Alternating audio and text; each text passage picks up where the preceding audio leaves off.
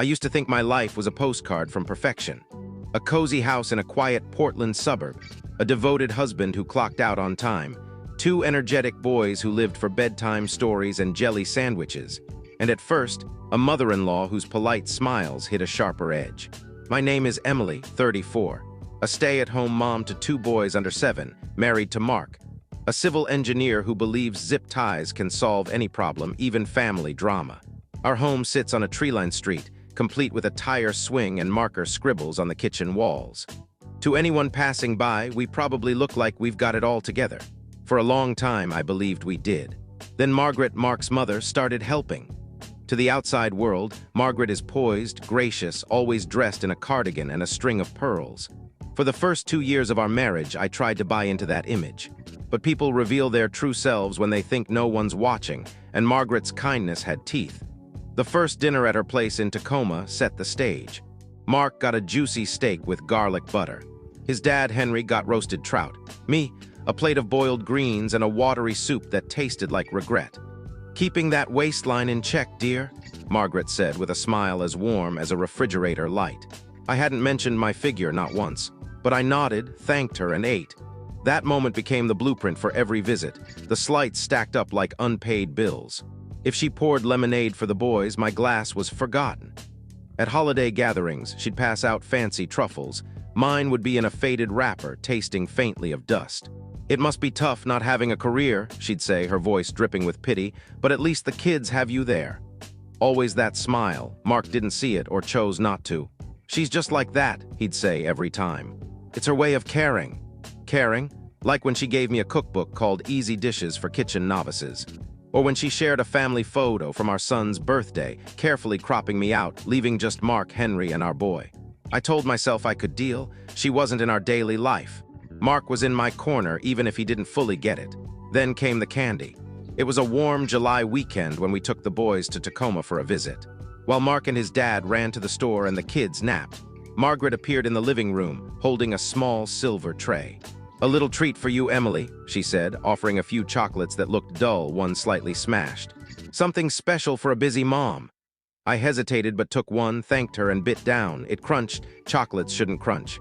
The taste was stale, gritty, almost sour. "Yours is unique," Margaret said, her eyes too sharp.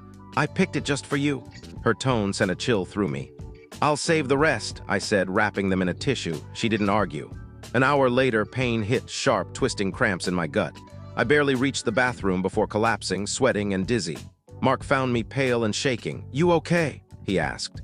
"Bad food, maybe," I mumbled. He helped me to bed, brought me water, and read to the boys. I didn't mention the chocolate. Not yet. The next day, while tossing out coffee grounds, I noticed a crumpled wrapper in the kitchen trash. Old-fashioned gold foil, unfamiliar brand. I fished it out with a fork. Best by March 2011. It was 2023, my throat tightened. Margaret hadn't just given me expired candy, she'd handed me something a decade past its prime. I tucked the wrapper in my pocket, unsure what to do but certain I couldn't let it go. That night I told Mark. He frowned at the wrapper. "She probably didn't check the date," he said. "She's not that careful." "Mark," I said, "it wasn't just old, it was ancient, and she said it was for me." He shifted uncomfortably. "Are you saying she meant to do it?" I held his gaze. "Do you think she didn't?" He sighed. "Even if she did, what's the plan? Call her out. She'll say it was an accident and we'll be fighting for weeks." I swallowed my frustration. "She's been doing this for years, Mark. This wasn't a mistake." He rubbed his temples. "Emily, I love you, but you might be reading too much into this." I called my sister, Lauren, the next day. She's 31, a graphic designer in San Diego, and we talk almost daily. I spilled everything, the candy, the wrapper, the years of subtle digs. She was quiet for a moment. "You need cameras," she said. "What?" "Small ones, hidden. You're visiting her again soon, right?" Margaret had invited us to a rental cabin on Orcas Island for a weekend in 2 weeks. "Perfect," Lauren said. "If she's really pulling this, you need evidence. Mark's not seeing it." She was right, and I hated it. A week later, a package arrived. 6 tiny cameras, a mini router, and a note from Lauren. "Don't wait for another bad chocolate. Catch her." I packed them in my suitcase just in case. That night, Mark came home, scrolling his phone. "Mom says the Orca's cabin has 3 bedrooms and a killer view. She even hired a chef for Saturday." I nodded. "Of course she did." He glanced up. "What's that mean?" I smiled tightly. "Nothing." But I wasn't packing for a vacation anymore, I was packing for proof. Orca's Island in spring was misty and green, the air heavy with pine. The cabin, perched near a forest, had a gravel path, 2 decks, and a shared kitchen. Margaret greeted us in a linen blazer, all warmth and grace. Henry stood behind her, quiet, sipping from a mug. "So wonderful to have you all," she said, hugging the boys and brushing my arm. "Emily, you look relaxed." I forced a smile. "You too." Mark carried our bags inside while the boys raced to their room. Margaret showed us around the cozy 1,300 square foot space. "You and Mark are here," she said, pointing to a room with twin beds. "The boys can share. Henry and I will take the main suite." The kitchen and dining area were open, a long oak table at the center. "Very homey," Margaret said, beaming. "Like a true family."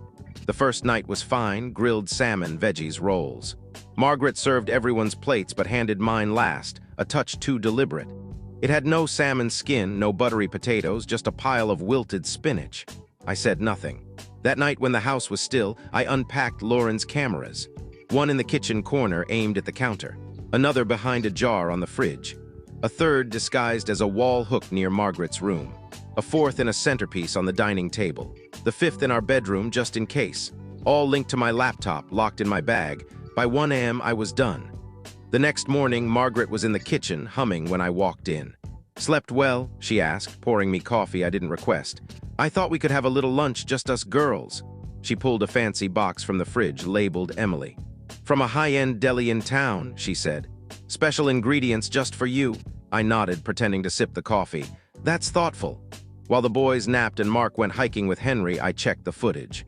At 9:52 a.m., Margaret, alone, slipped on gloves, opened a small container from her bag, and used tweezers to place a wriggling beetle into the rice of my lunch box.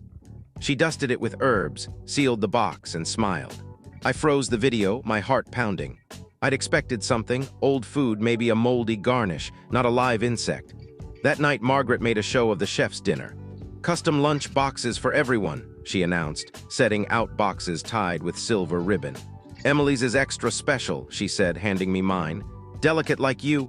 I took it unopened. "Open it," she urged, her eyes glinting. "I want to see you enjoy it." I smiled. "So do I." I stood, walked to the trash, and dropped the box in. Mark stared. "Emily, what are you doing? That was expensive." Henry set down his glass, silent. Margaret's voice sharpened. "That was made for you?" I grabbed my laptop. "Let me show you what was made for me." I opened the footage, placing the laptop where Margaret's teacup sat. The screen showed her gloved hands, the beetle, the careful placement. Gasps rippled through the room. My youngest clung to Mark's arm.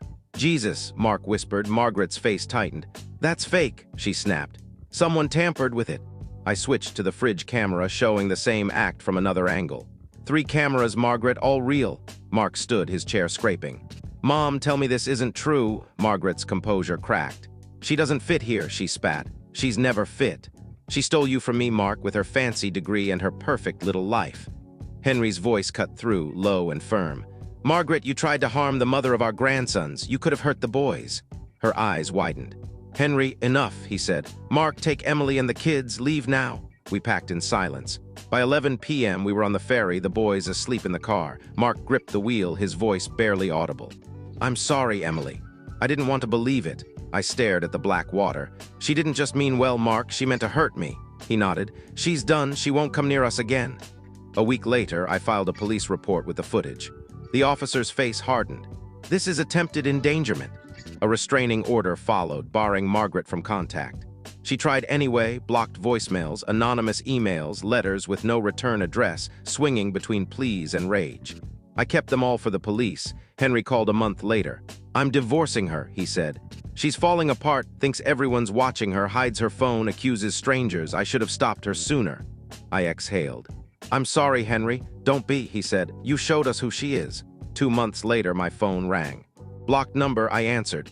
"Emily," Margaret's voice was thin, broken. "I'm alone. Henry left. I can't afford food. Please, I didn't mean it." I stayed silent.